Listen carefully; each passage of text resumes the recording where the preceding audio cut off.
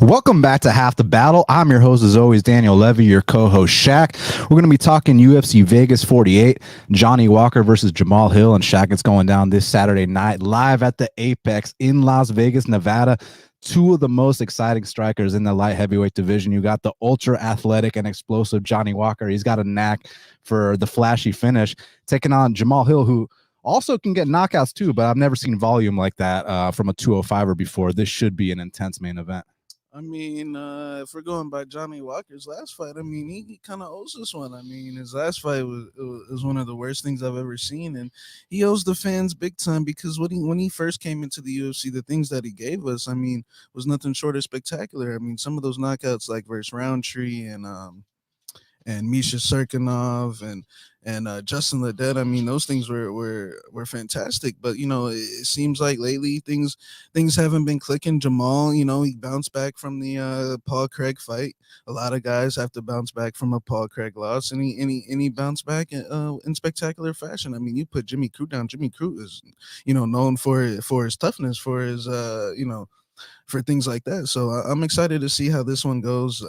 Jamahal, might have a little pressure on him, but Johnny Walker, man, like I said, he owes the fans big time. And this is a chance for Jamahal to come out here. Obviously, there's always a shot for him to get an early finish, but I'm curious to see what happens if Jamahal gets cracked with something big, if he can keep going forward, and I think he can personally. And then with Johnny Walker, there's questions about, has he been the same guy since the Corey Anderson fight? There was all the talk about, him beefing with his coaches, him bringing chicks up to his room on fight week, and then he goes to Faraz Zahabi. Now he's with John Kavanaugh. So it seems like Johnny Walker's searching for answers, and I think Saturday night we'll find out if he's fit. He was Vegas Johnny, then he was Ireland Johnny.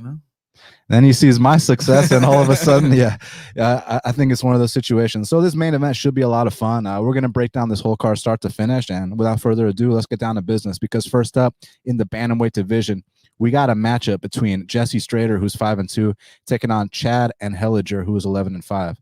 And currently, they got Chad and Heliger minus 245. The comeback on Jesse Strader's plus 205. So the thing about this matchup, man, is that I normally don't feel too comfortable laying minus 2 something on Chad and Heliger in a UFC fight, but I got to say, Strader kind of came into the UFC a little bit too soon. I don't think Strader is bad. It's just that when you're 5-2, he's not quite ready for this level. And look at the level of competition this dude's been fighting. When he was 3-0, they put him in there with 14-5 Marcelo Rojo. I'm thinking to myself, like, why would you let a 3-0 dude go in there with a 15-4 guy? A 14-5 guy, excuse me. And like, I get it. Marcelo Rojo's 0-2 in the UFC. Yeah, he's 0-2. He fought Air Jordan and fucking Kyler Phillips. This is just a completely different level. So I kind of feel bad for Jesse Strader. Like, he never got the benefit of having that regional scene experience and, at least get 10 pro fights under your belt, or 9, 8. And this dude's out here coming into the UFC 5-1, fights Montel Jackson. Obviously didn't go his way. You need to give this guy time to develop.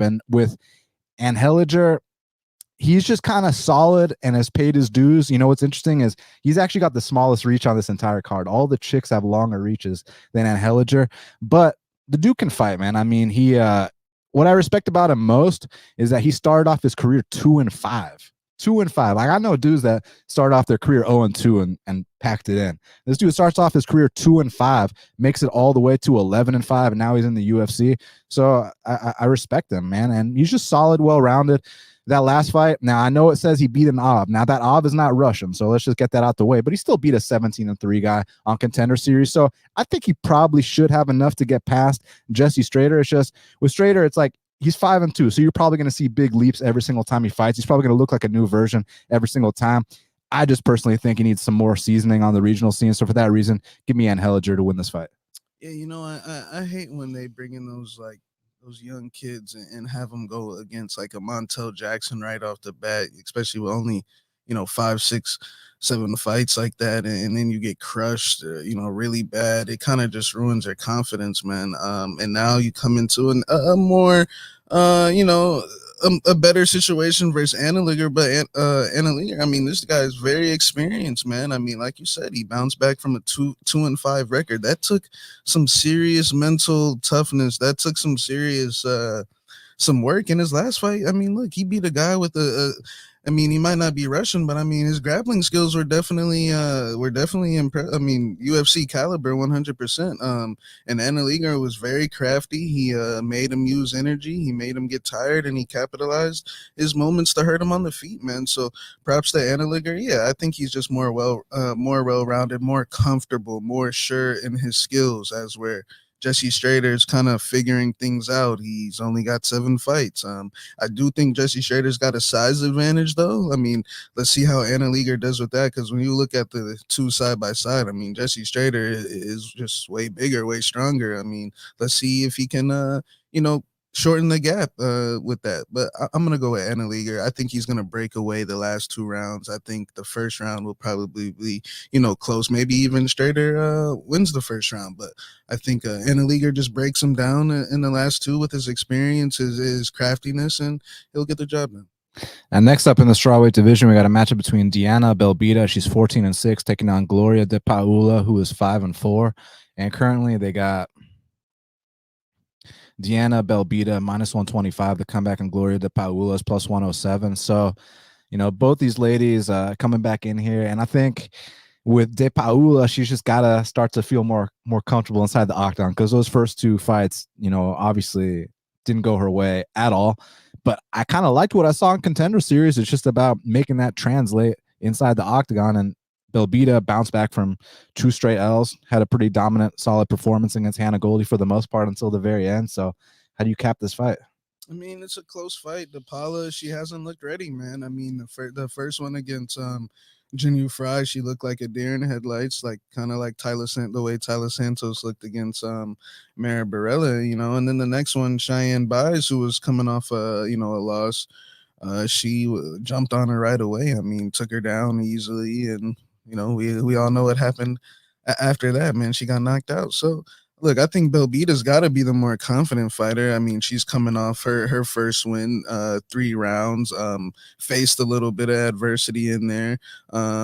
You got a couple of little similarities. Hannah Goldie had a good left high kick, and so does De Paula. So she should be used to a couple of things. I'm leaning towards her way. I just think she should be more confident in herself. Look, skill-wise, they're about even. Maybe even De Paula a little sharper, a little more clean, but a part of me also feels like De Paula possibly might have gotten to the UFC a little bit prematurely. You know, she came in there 5, you know, not much fights.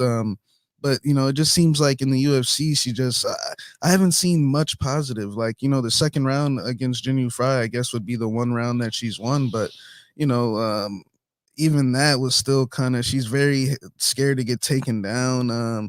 You know, honestly, I didn't like some of the things I was hearing in the corner too. Like, it was kind of honestly bad with her and what's her girlfriend's name again? Mayra Bueno Silva.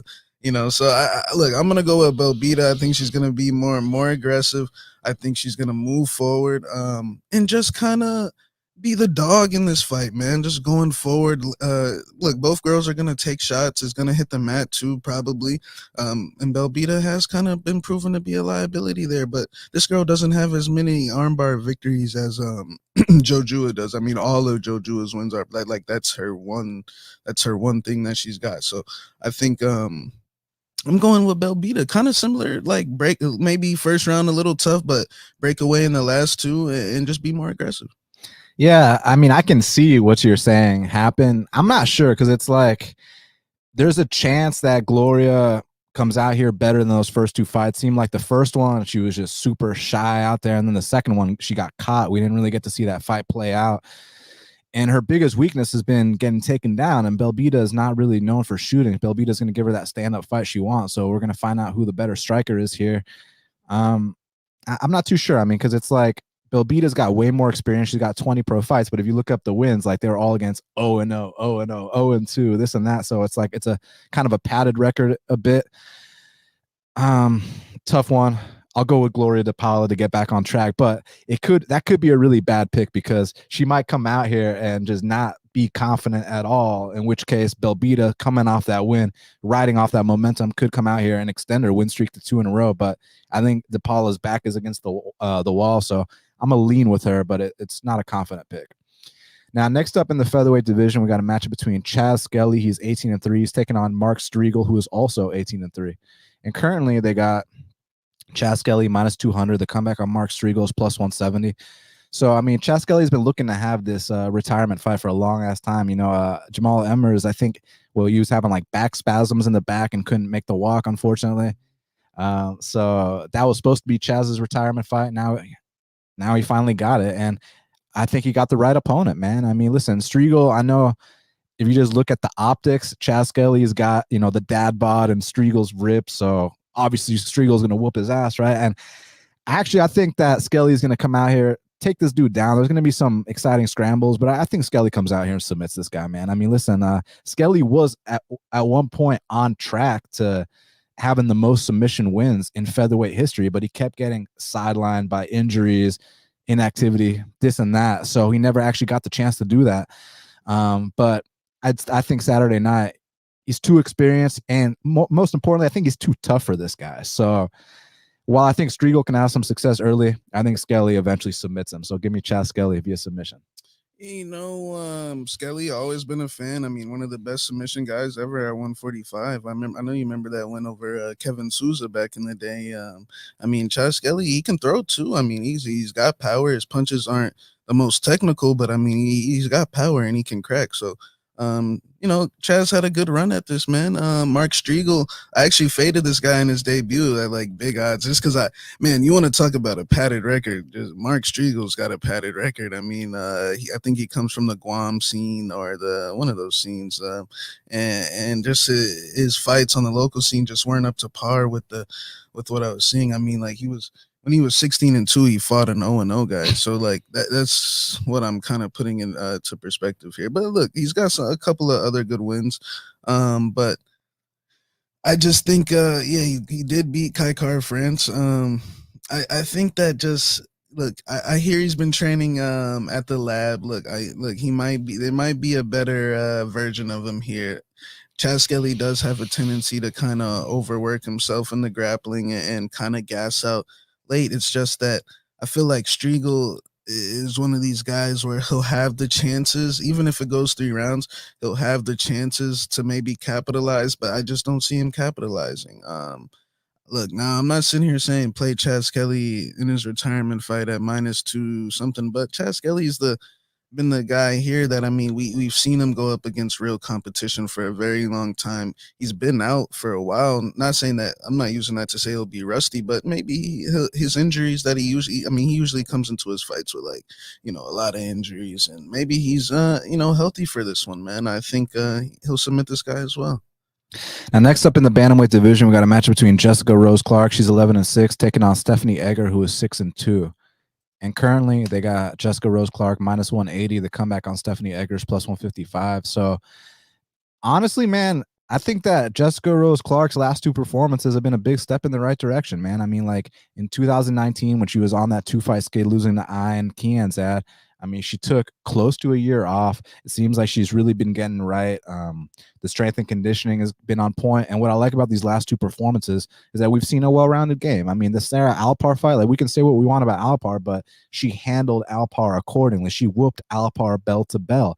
And then that next fight against Jocelyn Edwards' only chance to win is via kickboxing, and Rose Clark goes out there and lands 5 takedowns in that fight. So that's what I'm seeing is a well-rounded approach here. And with Stephanie Egger, we know what she does. I mean, she's a judo player. She actually beat Ronda Rousey once in judo back in the day. So I mean, it's basically about Jessie Rose just avoiding these hip tosses, these judo throws, keeping those hips level. And as long as she's not on her back for prolonged periods of time, I think she's gonna bust this girl up, to be honest with you, man. So I think that she stuffs the judo throw attempts, keeps it standing, lights her up, and maybe down the stretch even gets a couple takedowns of her own. So give me Jessica Rose Clark via unanimous decision. Yeah, I mean, she definitely done her thing these last 2 fights. Yeah. Look, I think that Jocelyn Edwards and Jocelyn Edwards, she's got a major hole in her game. I mean, she can't stuff a takedown at all. Like even in her first fight that she won against the Chinese girl. I mean, she couldn't stuff a takedown. Carol Rosa exploited that. Then Rose Clark. I'm not ready to sit here and act like she's about to be. Where is she ranked? 8, 15. Yeah, I think Stephanie Egger's got a couple good things going for her, man. The size, like this girl's a big girl, man.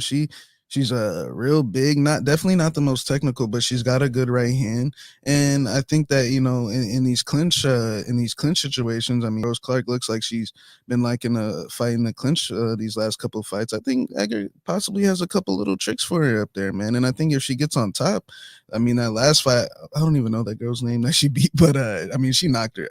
I mean, it was getting ugly. I mean, Stephanie Egger was pounding this girl's face, and it's definitely going to be a tougher fight for her. I mean, Rose Clark's more experienced, been around for a while, got some good wins. So yeah, I guess I slightly do lean Rose Clark. She's got better boxing, but I wouldn't be shocked if Stephanie Egger came in here and showed a better version of herself, man. I mean, her first fight against Cortez didn't go her way, kind of got exposed in the grappling a little bit, but I mean, Tracy Cortez is a Cejudo wrestler, and she does have a win over Blanchfield, man. So I wouldn't be shocked if this fight could be lined a little closer. Now, next up in the featherweight division, we got a matchup between Gabriel Mowgli Benitez. He's 22-9, taking on Uganda's David Onama, who is 8-1. And currently, they got David Onama -145. The comeback on Gabriel Benitez is +125. So, obviously, we're very familiar with Gabriel Benitez. I got a lot of respect for him. I mean, this guy cashed a +150 for me against Sam Cecilia. He cashed a max bet for me against Humberto Bandinet. Then I've also had success fading him against Sodiq Yusuff and Omar Morales. So I look forward to this. And then David Onama took that Mason Jones fight on 4 days short notice. And I mean, he basically fought with pure heart and now got a full camp, gets to fight at his natural weight class. What do you think? I mean, you got a very seasoned guy in Gabriel Benitez taking on I'd say a green prospect, but one that put on a hell of a fight his first time. So what do you think? Yeah, look, Onama is young. He's got less than 10 fights. So look, he's definitely still figuring things out, but I think he's pretty far along for a 10-0 guy. I mean, Mason Jones, 8-1. 8-1. I think Mason Jones is a young prospect in himself, and not saying that Mason Jones is a future this and that. Okay, Mason Jones has only had a few fights, but I see Mason Jones as a dog. I see Mason Jones as a tough guy. I see him as a guy that's going to win a lot of fights, that's going to be around for the next 10 years or so. So I think I think that Onama had a very good showing of himself. Gabriel Benitez, look, let's just be honest. I think the wars have caught up with this guy. Let's not forget, like, the tough house wars mixed in with getting knocked out by Andre Feely. You go to the Sodiq Yusuff fight, another stiff KO there. The Omar Morales fight. I mean, the shots that were getting traded there were I mean, they were devastating. He took a lot of damage in that fight. Then we go to the Billy Q fight. Look, Billy Q is a lesser striker than all of those guys that I just mentioned. And I mean, Gabriel Benitez was getting caught with punches. I mean, once he got hurt, he had nothing left. It was actually kind of astonishing to see how much his cardio fell, just how much like everything fell.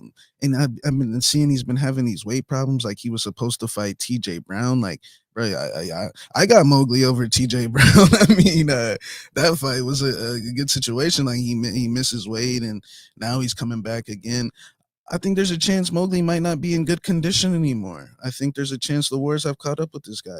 These Mexican fighters have a lot of heart and they go out on their shield. And I just think with Onama, he's got to watch the counters. He can't just come forward and not thinking nothing's going to come back like he did in the Mason Jones fight. But that was 4 days notice. If that's what he looks like on 4 days notice, give me a full camp. And I think the African power, the Ugandan power, Mowgli's chin is not going to be able to handle that. There's actual evidence to say that he can't handle the African power. I mean, I know he hurt Sodiq as well, but Sodiq was kind of fine. If you actually watch the fight, like Sodiq was fighting like Sodiq showed him zero respect. And I think if Onama, I mean, from the interview I heard, he sounds like he respects Mowgli Benitez a lot. I think he's going to respect him and just find the opportunity to knock him out clean. And I think he will, man. I think he improved a lot from his last regional fight to the Mason Jones fight, man. That was some good improvement I've seen. So I'm gonna take him for the win here. Look, yeah, he is a young guy. I'm not surprised people are betting Mowgli. I mean, we hold Mowgli in terms of violence. We hold him in high regard. We know Mowgli brings it every time. We know the kicks that he throws are serious, but that last one was very alarming to me. Yeah, I mean, listen, I respect Gabriel as well, man, and I get why people are betting him, because you get a veteran with that much experience at dog money against, someone who's green. I get it. That angle works a lot, but there's times where it doesn't work. You look at a fight like Michael Morales versus Trevin Giles. And I can see this being a similar case. You got to take it on a case-by-case basis. If you look at like Bahamondes versus Makdessi wasn't coming off anything brutal. I mean, Makdessi had a nice layoff, had time to freshen up, whereas you look at Michael Morales versus Trevin Giles. Trevin Giles was coming off that brutal-ass knockout against Dricus du Plessis. And then on this side, Gabriel is coming off. I mean, if you watch that Billy Q fight and you feel comfortable laying money on Gabriel after that, I don't know. Like, that to me was a clear sign of a decline. And about the whole experience thing, I mean, when I bet on Sodiq Yusuff against Gabriel, he was only 9-1 at the time. When I bet on Omar Morales against Gabriel, he was only 9-0 at the time. So I've bet on inexperienced guys against Gabriel before and cashed. And I think I'm going to do the same thing Saturday night. Look, I'm not sitting here saying David Onama is going to be a top 15 guy. I'm not saying any of that. I'm just saying he's going to beat Gabriel Mowgli Benitez on Saturday. I think that. So part of what you're saying in terms of respecting him while he's in there, I mean, you do have to look out for those devastating kicks, and obviously the punches come straight down the middle. You shoot a sloppy takedown on Mowgli. He's got that opportunistic guillotine. But part of what made Sodiq's performance so great was how much he didn't show him any respect, and he just walked him down, and he was so confident in his power. And I think Onama's got some similar qualities here too. So I'm not convinced that Mowgli eats these shots and just keeps firing back. And yeah, that Billy Q fight was very uncomfortable to watch, and then mix that in with he's pulling out of fights, he's having weight issues. It just seems like Mowgli's trending downhill. And, it sucks to say that about a guy we respect so much, but this seems like a spot where a green prospect can actually come in here and beat him. And I'm going to pick that outcome to happen. So give me Onama to come out here and defeat Mowgli Benitez. Now, headlining the prelims, we got a bantamweight match between Mario Bautista, he's 8-2, taking on Jay Perrin, who is 10-4. And currently they got, do they have odds on this fight yet? I don't see any odds, but I assume Mario Bautista is the favorite. Oh, actually, I do see odds. It's Mario Bautista minus 350. The comeback on Jay Perrin is plus 285. I mean, look, I agree that Bautista should be favored. I just personally don't feel comfortable laying minus 350 on him. Jay Perrin, it's like one of those things where, like, he's not gonna, like, impress you and, like, do things that, like, he's not some special athlete, he's not some special fighter, but he's also not shitty either. He's just kind of just solid, run-of-the-mill average fighter. That should be enough for Bautista to come out here and win this fight. It's just, laying a price like minus 350 on Bautista does seem kind of sketchy. I do like the volume from Bautista, and I didn't think he was looking too bad in that Trevin fight until he got caught. We just got to see how he bounces back. That's the first time he's ever been knocked out. So we don't know how he bounces back. But give me Mario Bautista to win a decision here. I do think Jay Perrin is tough. I just don't think Jay Perrin's anything special. Yeah, Bautista. All right. Now, before we talk about, actually, I was wrong. I said Bautista was the featured prelim. Actually, Jonathan Pierce and Christian Rodriguez is the featured prelim. So before we talk about the featured prelim in the featherweight division, I want to give a big shout out to our sponsor, BetUS. So guys, BetUS.com has been in the game for over 25 years, and they offer you the best odds and more props and live betting throughout the game. It's easy, safe, and secure, and your number one betting site. BetUS.com. Use code BATTLE125 for an 125% bonus on your first deposit. And obviously the Super Bowl is behind us, but UFC isn't. And you got NBA. You got every single sport on there, the live betting throughout the game. So I highly recommend you check them out. And their odds are always on point. So use that code BATTLE125 and get that exclusive 125% bonus on your first deposit at BetUS.com. Now, Shaq, let's talk about this featured prelim between JSP, Jonathan Pierce. He's 11-4, taking out Christian Rodriguez, who is 7-0. And currently they got JSP minus 360. The comeback on Christian Rodriguez is plus 300. So I gotta say, I was actually very, very impressed with Christian Rodriguez, man. Like his Contender Series fight was on point, man. The only reason he didn't get signed was because he missed weight. That's literally the only reason he did not get signed. And it's funny because Jake Hadley was on the same show. Jake Hadley also missed weight, but I think Dana saw a little something more special in Hadley. But Hadley's for real. Hadley is for real. But Rodriguez, I like him too, man. And he comes from Rufus Sport, has kind of reminds me of like a bantamweight Manny Sanchez a little bit, maybe with like a little cleaner hands. Just a true Mexican warrior, well-rounded. It's got the confidence of an undefeated fighter. So I think that this kid's going to win some fights in the UFC. My only issue with this matchup is the size difference, man. I mean, JSP is 6 feet tall at featherweight. He's a big boy. And also his output is pretty damn insane. And the guy doesn't get fucking tired, man. I mean, he can throw volume. He can mix in takedown after takedown. And we were talking about last week how that style, these guys like Jacob Malkoun, these guys like Ronnie Lawrence, and then you look at even some bigger names like Bilal Muhammad, Merab Dvalishvili, like that style, even Nick Maximov, that style is going to win so many damn fights because you stuff the first 5 takedowns and the other dude is like not even discouraged at all. He keeps shooting and shooting and shooting. And at some point that's going to break you. So yeah, definitely pay attention to guys that can just shoot relentlessly without getting tired. I think JSP is one of those guys. But listen, if JSP, he's coming off 2 wins, if he's getting cocky, if he feels like, oh, this kid's 5'7", like I'm going to stand and bang with him, well, then maybe Christian Rodriguez can come out here and get this upset, because I do think that on the feet, Rodriguez will have something for JSP. It's just that if JSP is smart, not saying that Christian Rodriguez has some kind of hole in his wrestling. I mean, we saw him in there with a decent wrestler on Contender Series, stuffed pretty much everything, got back up the times he did get taken down. Like, I think this kid's solid. It's just at some point the size has to count for something. So I do think eventually Pierce gets him down. And from there, that's where I'm worried for Rodriguez. But like I said, I think Rodriguez has a bright future. I think he's a talented kid. I like him. Like for all the newcomers on this card, I think he's probably the best one. So yeah, but I want to see him at bantamweight, man. I think featherweight, I think he's a bit too small for featherweight. So for that reason, give me JSP to win this fight. But we'll keep our eyes on Rodriguez in the future. Yeah, I think Rodriguez is in trouble, man. I mean, I think this is going to just be one of those typical rude welcomings to the UFC. I think his stand-up is being overinflated just based off the last one. He fought Tracy Cortez's brother. I mean, that kid had no stand-up at all, no head movement, no footwork. I mean, I'm talking like bad, man. So it was very apparent. JSP, man, look, I'll tell you what. If you would have told me a couple of years ago you would have been here like this, I would have told you were crazy. But, I mean, this kid has been putting in work. And I actually heard from one of the best coaches in the game. Like, they actually, thank JP for his work and training. And Captain Eric, man. Captain Eric said that JSP went to Brazil, went and sparred with the Pitbull brothers.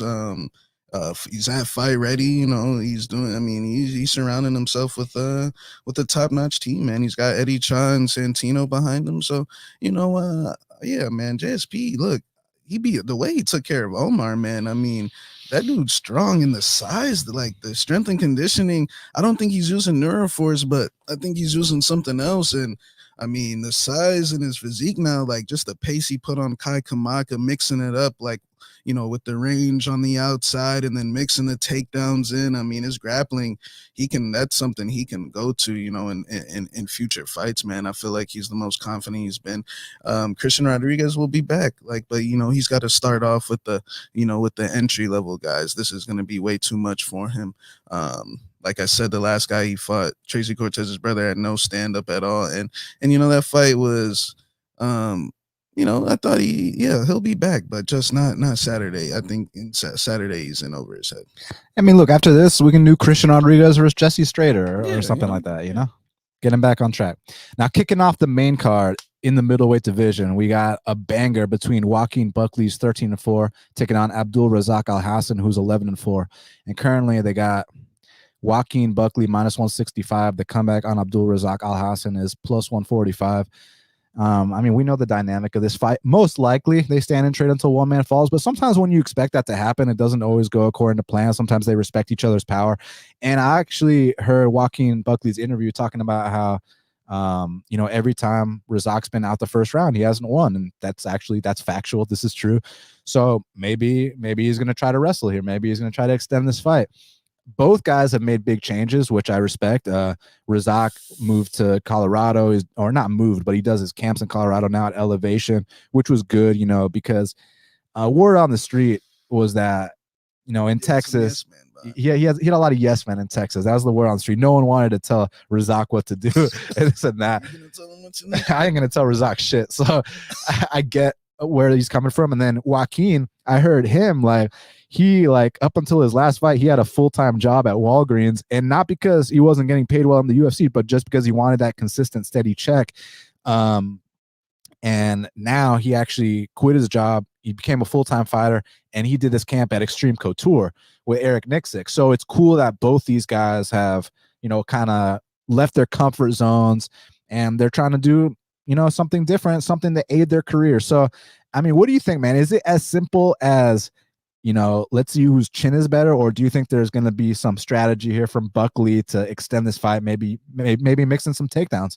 Yeah, look, I think that Buckley, I mean, the kid has a lot of heart, man. I think he's got a good drive about him, and I like that he's making that switch up, because he's from Missouri, and he, word on the street is he's not really allowed to come to too many gyms in Missouri. So I think that this is a good situation for him. I see him on his Instagram. He's training with guys like Sean Strickland, Curtis, the Russian, my Russian Duraev, Albert Duraev. I mean, they seem to have hit it off pretty nicely. So yeah, man, I think Joaquin Buckley, now that he's got a good situation behind him, maybe we see better versions, because the hunger, the in the cage. I mean, this guy, he's shown times where he's in adversity, but he stays focused and he gets his job done, like the Antonio Arroyo fight. I mean, look at the height disadvantage he was at, the reach disadvantage. I mean, he was getting eaten apart with teep kicks and high kicks and knees, and I mean, he stayed in there and he got his job done, man. With Razak, man, the thing is that first round is literally gonna be some hold your breath moments. Joaquin Buckley is open to the right high kick. I mean, we've seen him get knocked out stiff with the right high kick, and Razak just won his last fight in 15 seconds with the right high kick, man. So look, I think Razak is really not much is gonna change. I mean, we know what Razak is gonna do. We know that first round is gonna be, he either knocks you out in the first round or not. And but I think Buckley, man, I think he's going to get through this. I think he is going to use some of those traditional strategies, like tie him up on the fence, try to, throw the hand, like he likes throwing those hammers to the thighs and the stomps, get Razak, his blood flowing, make him get desperate, make him start swinging big. Because I think Buckley, he is a little chinny, but I think that man, he's just very game. He just strikes me as very tough. So yeah, man, I think he's gonna knock Razak out somewhere in that second or third round, man. Just by overwhelming him. I think Razak, it's true, man. When Razak gets out the first round, things usually don't go well. But maybe Colorado Razak is a different guy, man. Who knows? Because the last one, man, he made me jump out of my seat when he did that shit. I was like, oh my god, Alessio, I've seen Alessio get wobbled, but not like that. Yeah, I mean, look, it's not that Razak's gonna come out here changing. Can I say something else? Yeah. That loss to Jacob Malkoun don't look so bad now, man. I mean, Jacob Malkoun's doing his thing. The kid's a dog, but look, it's not that Razak's going to come out here as a new man. That's not the thing. It's more so, is he going to be confident in himself? Because a confident Razak is a scary and dangerous Razak, man. I mean, when that dude's feeling himself, you got to watch out. But I do agree with Buckley being favored. I really do, for the reasons we mentioned. There's more paths to victory, and if the fight gets extended, historically speaking, Razak tends to lose. However, easier said than done. It is easier said than done, and I don't know. I mean, I have a problem. I keep picking Razak, and it looks like I need help, right? So give me Razak at dog money to come out here and knock out Buckley. But I'm not confident in that, because it's the changes Buckley has made, but also the changes Razak has made. Again, this fight going past the first round, it's sketchy, right? you definitely question what was going to happen there. Razak goes balls to the wall, and that's just how he fights. That's why we love watching him fight, win, lose, or draw. So I think, I'm going to take Razak to catch him in one of these early exchanges. I think that's his path to victory. But the longer the fight goes, I mean, if Razak has a really good first round, maybe you take a look at betting Buckley live. Maybe you get a better line on Buckley live than you would coming into the fight. So, and you can bet live at betus.com. Nah, but yeah, give me Razak, but yeah, it's not the most confident pick because either of these guys could easily catch the other guy. But Buckley's got more paths to victory. But Buckley's also been knocked out a few times, and Razak is a guy that, if there's questions about your chin, he's not exactly the guy you want testing that chin. But yeah, I'm on the fence about it, so give me the dog, Razak Al-Hassan. Now, this one I'm very much looking forward to, Shaq. Next up in the lightweight division, we got the legend Jim Miller. He's 33-16, taking on newcomer Nicholas Mata, who is 12-3. And currently, they got Nicholas Mata -175. The comeback on Jim Miller is +155. So I know the big question is, why is a newcomer from Contender Series -175 against the legend Jim Miller? And I actually don't think that that Nicholas Mata is just some random guy coming off Contender Series. Actually, he was on The Ultimate Fighter back in 2015, like the same season that Neto BJJ was on, the same season that Gleiko França won. He actually won a fight in the house and then lost to the eventual winner, Gleiko França. And another thing is that his regional scene, like the dudes that Nick Mata has been fighting, I mean, he's been fighting real dudes in his regional scene. I mean, he beat a Joe Selecki, and he didn't just beat Joe Selecki. I mean, we'll talk about how brutal the knockout is, but let's talk about this because, like, the question is, like, can he survive on the mat early with Jim Miller? I mean, he survived on the mat for like 2 straight rounds with Joe Selecki. Now, no MMA math. I know Joe Selecki beat Jim Miller, but that's not the point I'm trying to make. The point I'm trying to make. Joe Selecki's got better jiu-jitsu than Jim Miller. Well, yeah, I know that. That's the point I'm trying to make. Did the point. See what he did to Cowboy. Yeah. Dude, Selecki can grapple for real, and the reason I'm bringing this up is because Mata survived 2 rounds on the mat with Selecki. Like, Selecki was taking him down at will, mounting him, taking his back, doing all these things, and the fact that Mata was able to survive that and make it to the 3rd round, in addition to that, showed the urgency of like, hey, I'm down 2 rounds. I got to put, my pedal to the metal and go out there and knock this guy out. And when I tell you that he knocked him out, it's one of the most devastating, brutal, vicious KOs I've seen. And he had this other one. It's on Fight Pass. You got to check it out against Cesar Balmaceda. Dude, like, Selecki was snoring. So, like, Selecki, they had to bring out the smelling salts, but against Cesar Balmaceda, they had to bring out the stretcher, man. Like, it was a disgusting knockout against Cesar. Y'all got to check that out. Like, hit the pause button, pull up Fight Pass, and check out Nicholas Mata versus Balmaceda. I mean, it's only like a 30-second knockout, a 54-second knockout. Like, I'm telling you, one of the most vicious KOs you'll ever see in your life. He actually fought our good buddy Robert Hale, and Rob's the only guy to knock him out. And Rob, you guys will be hearing the name Robert Hale. You said what now? Someone else knocked him out back in the day? Oh yeah, that's true, in 2016. But Rob Hale, you guys got to remember the name Robert Hale, man. This guy will be in the UFC soon. If you look him up and you see his records 11-5, you're like, what are you talking about, Daniel? It's like, yeah, because this dude was out here fighting fucking undefeated Russians up a weight class, going the distance with them, landing over 100 strikes against them. He was just taking some crazy fights early on in his career. Now he's taking the right fights, but our boy Robert Hale did knock out Nicholas Mata. And if you watch that fight, it's a crazy ass fight. And the only place you can watch it is actually on this channel right here. So hit that subscribe button, hit that like button. And if you find the Robert Hale highlight reel, that's literally the only place you can see the footage of Robert Hale versus Nicholas Mata. So they have this insane fight. Nicholas Mata charges him recklessly. Rob catches him with a check left hook and drops him. Rob gets excited. He tries to finish the fight. Then they had a very rare double knockdown, right? So they have this double knockdown. They both get up. They're swinging for the fences. Our boy Rob ends up clipping Nicholas Mata and finishing him.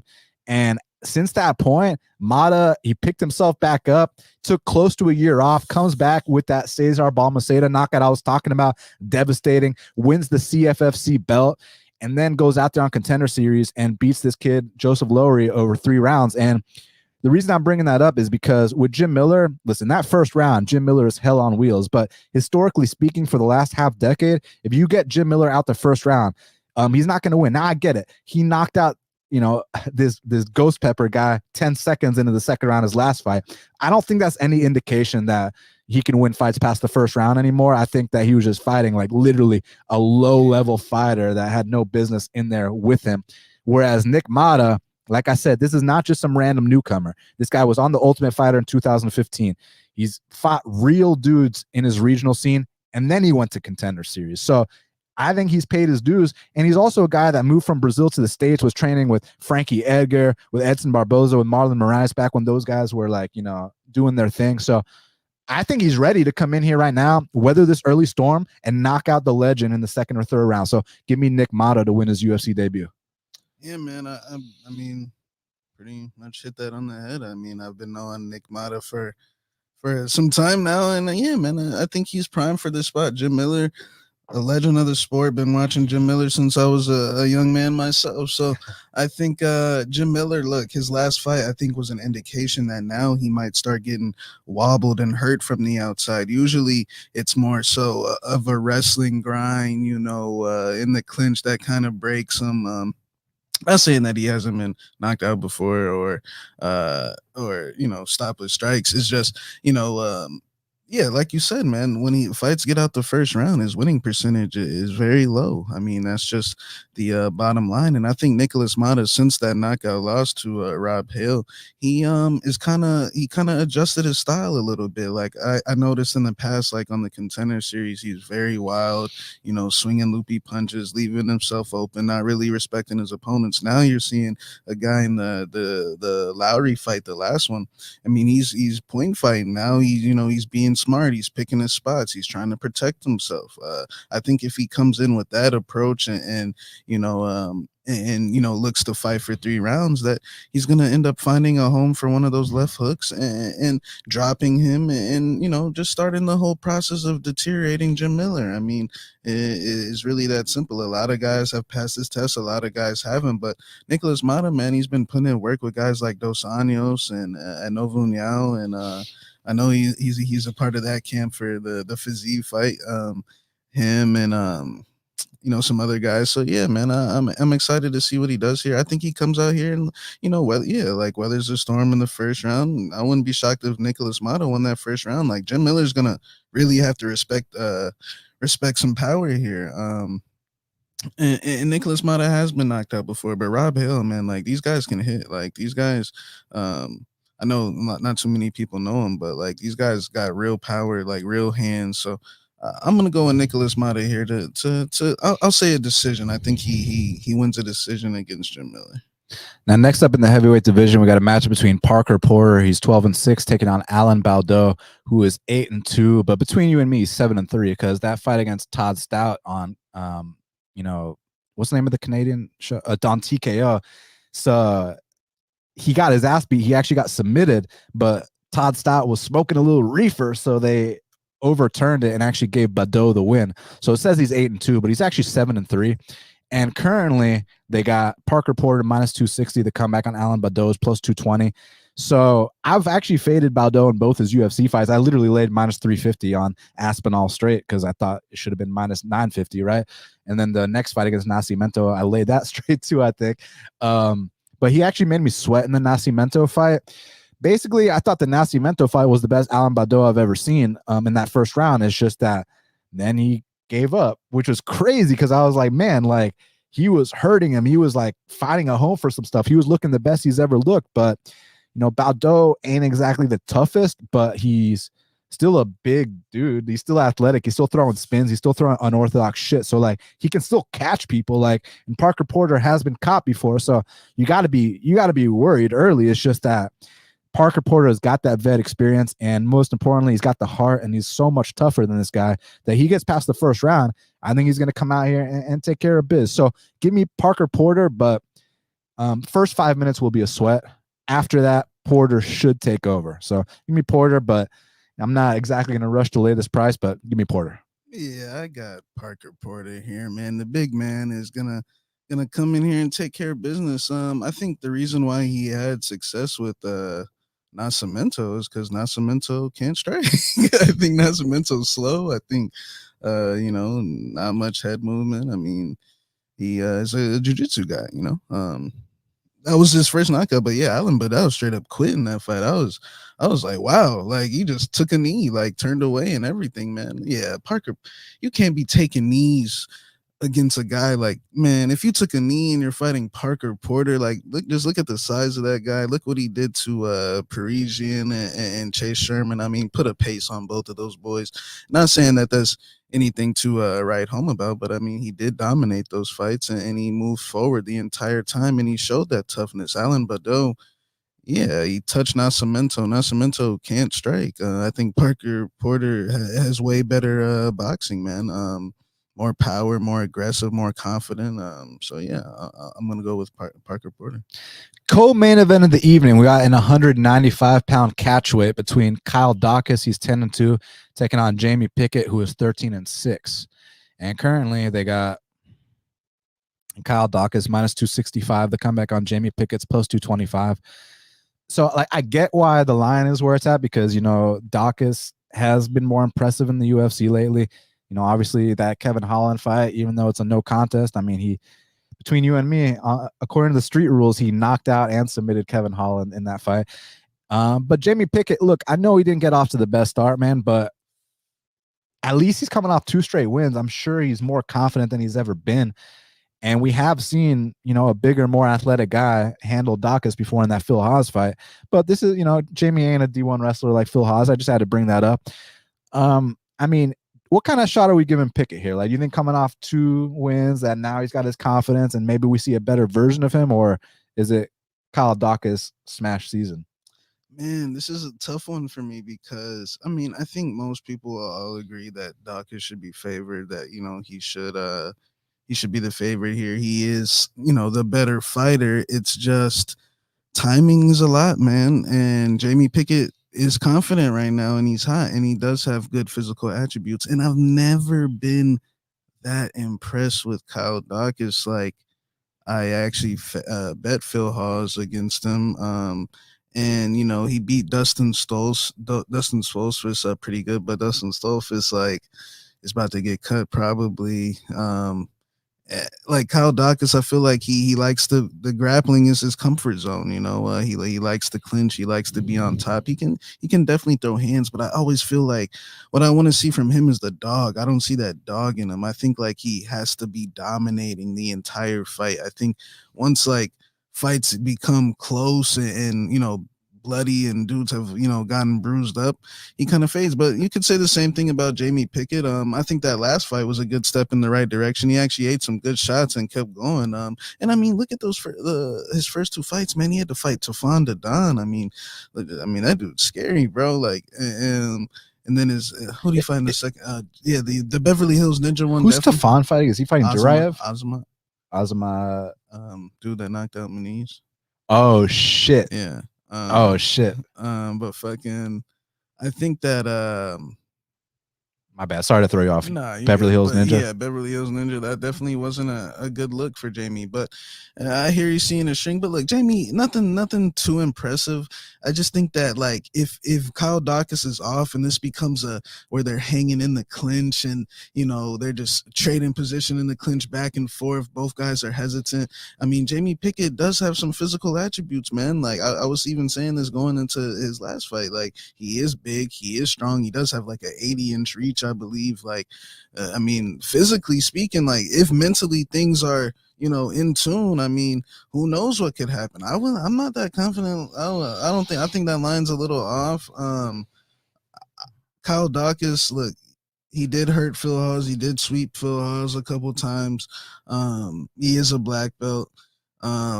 But man, I think it should be more so like minus 175, like minus 150, like 165, something like that, man. Like I slightly lean him, but not by that much. I think it's a dog or pass situation, but I'll take Dawkins by a close decision.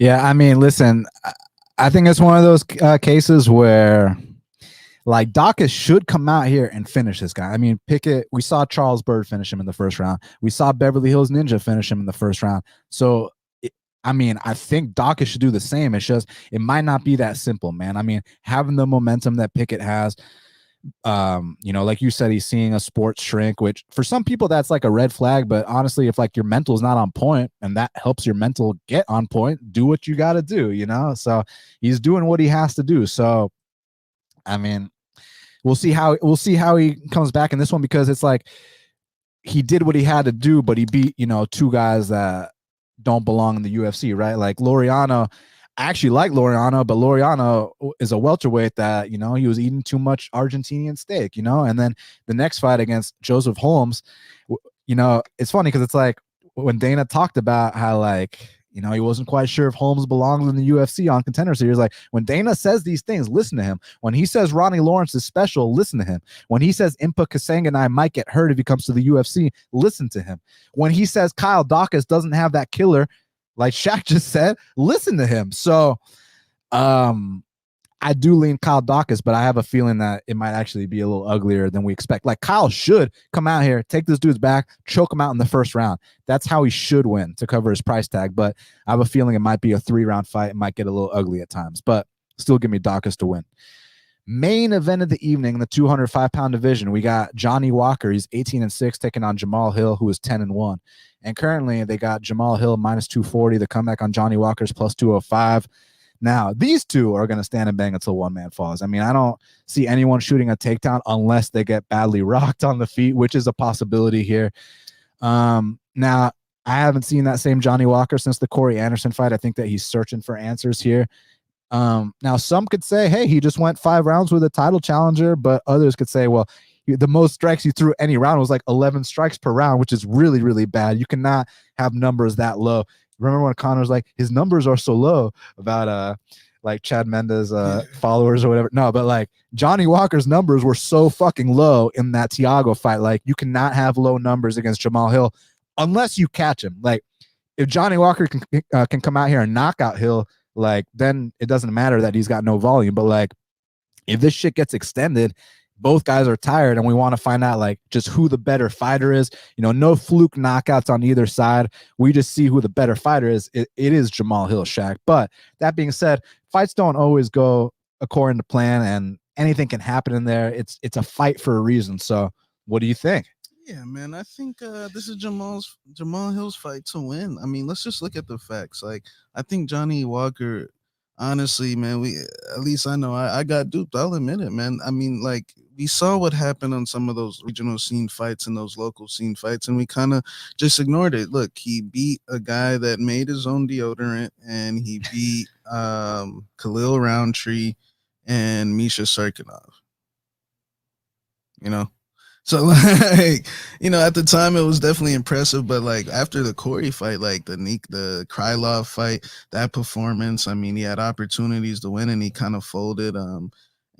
It's just like the Ryan Spann fight, he got dropped as well. Ryan just did his typical thing that he does when he loses.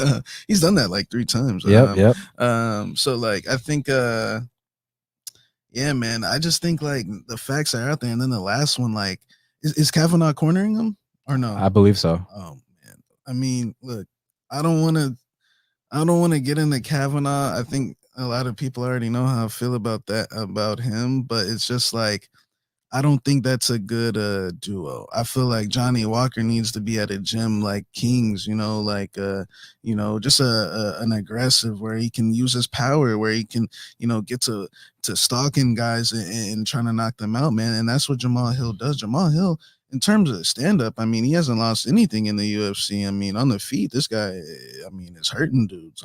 His volume's on point. I mean, he goes to the body like a real boxer, like he stays disciplined. I just think that he's just got to worry about getting caught, pretty much. I think that he's got more volume. I think he stays more focused and doesn't make mistakes, as where you got Johnny Walker doing a lot of, playing on the outside and a lot of feints that aren't really working, man. So we'll see what happens. Look, anybody could get caught 100%, but Johnny Walker hasn't shown anything, man. I think the pressure is really on him to show something. Like, I think that he needs a good performance in this fight, and maybe he gets it. But I got to go with Jamahal Hill after that last one, man. You do Jimmy Crew like that. I mean, first exchange, like it was literally like the first couple of exchanges, and then boom, like it was over that fast. Like we've seen Jimmy Crew, have some ups and downs, but who the hell has ever handled Jimmy Crew like that? That was a statement. And you guys know I've been high on Jamahal Hill since day one because I mean, it's almost ad nauseum, like the example I bring up. Like, obviously he's got the one hitter quitter of a man his size, but the dude's got like the output of a way smaller guy. Like he's got the output of someone in the featherweight division, but he's a 6'4" man with an 80-inch reach. Like, those are some special qualities. And you remember like when John Jones was champion, how like John had such a big size advantage over these guys that it was almost like a cheat code. Like all these dudes were like, 6'1" fighting Jones and shit. Well, now you got these guys coming up. Jamahal Hill 6'4" with the 80-inch reach. You got Johnny Walker who's 6'6" with like an 82-inch reach. So like these guys coming up now like actually have the size and the athleticism to compete with a guy like John Jones. But as far as this fight's concerned, like since the Corey Anderson fight, Johnny Walker's been looking for those answers, man. And I'm not quite convinced that, the New York Times best-selling author is the answer to his problems, man. Obviously he can catch anybody, he's got a nice high kick. He's got the opportunistic flying knee. He's got elbows in the clinch, and he's just a big ass dude. But if he does not knock out Hill is going to light him up in a way where, like, I mean, Hill actually establishes his jab. Hill's got a nice straight left down the pipe. Hill can throw the hooks. Hill can go to the body. He's got the teep kicks. He's got the range attacks. Like, I like everything about Jamahal Hill. And there's this misconception that Paul Craig took him down and submitted him. Paul Craig didn't take him down. Paul Craig pulled guard. Jamahal Hill was overconfident in his ground game. He follows him to the ground. Paul Craig beat Khalif, man. Like, he was like, oh, I'm going to pound this guy out and beat him at his own game. Look, big mistake. But Johnny Walker ain't about to fucking pull guard and submit him. And so that fight's basically irrelevant. And he had to take his first L. He was cocky. He was arrogant. But you see how he responded from that. You see how much accountability he took. Like, he said he disrespected the game, and he showed Paul Craig all the respect in the world afterwards. And, as a result, look how he bounced back. So I think he's ready for this main event opportunity. I think he comes out here and knocks out Johnny Walker. Look, that Ryan Spann fight, Ryan Spann should have knocked out Johnny Walker too. But like Shaq was alluding to, Ryan Spann's actually had 3 separate fights where he's been knocked out the exact same way on a takedown attempt via Travis Brown elbows. Like, I don't know why the fuck that keeps happening to him. I was trying to see him fight Jan Kudalaba, but Ryan Spann, all his like social media is on private too. He's a head case. But Jamahal Hill, I think he's got his head on straight, man. And I don't think he's gonna fuck up when he gets Walker hurt. I think he's gonna seal the deal. So give me Jamahal Hill to knock out Johnny Walker and move up the rankings into the top 10. First round? I'm going first round. I'm curious what the over-under is at here in this fight. Let's see. Oh, they don't have it on here. Hold on 1 second. Is it 1.5, you think? Yeah, probably. It's probably 1.5, right? Let's see. Over-under currently.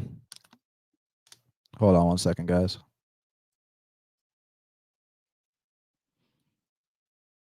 Here we go. Yeah. Okay, over under 1.5. Under 1.5 is actually dog money. Interesting. So maybe that's something to look at. But then again, it's hard to pick outcomes, let alone a winner. So yeah, that last fight. But I just don't see like a fight where Jamahal Hill only throws 10 strikes per round. Like, that's just not who he is, man. He's got too much volume for that. I do think he's going to respect Johnny Walker a little bit because you got to. I mean, the size, the athleticism, all that stuff. But at some point, I mean, like, when Walker comes at you recklessly, like, Hill's instincts are to counter, and those counters are going to be there all night. So everybody, do us a favor, smash that like button, hit that subscribe button. We're going to talk about the fight to watch and the fighter to watch. But first up, I want to give a big shout out to our sponsor, PrizePicks. So guys, I think that PrizePicks is the easiest and simplest way to make money in daily fantasy sports.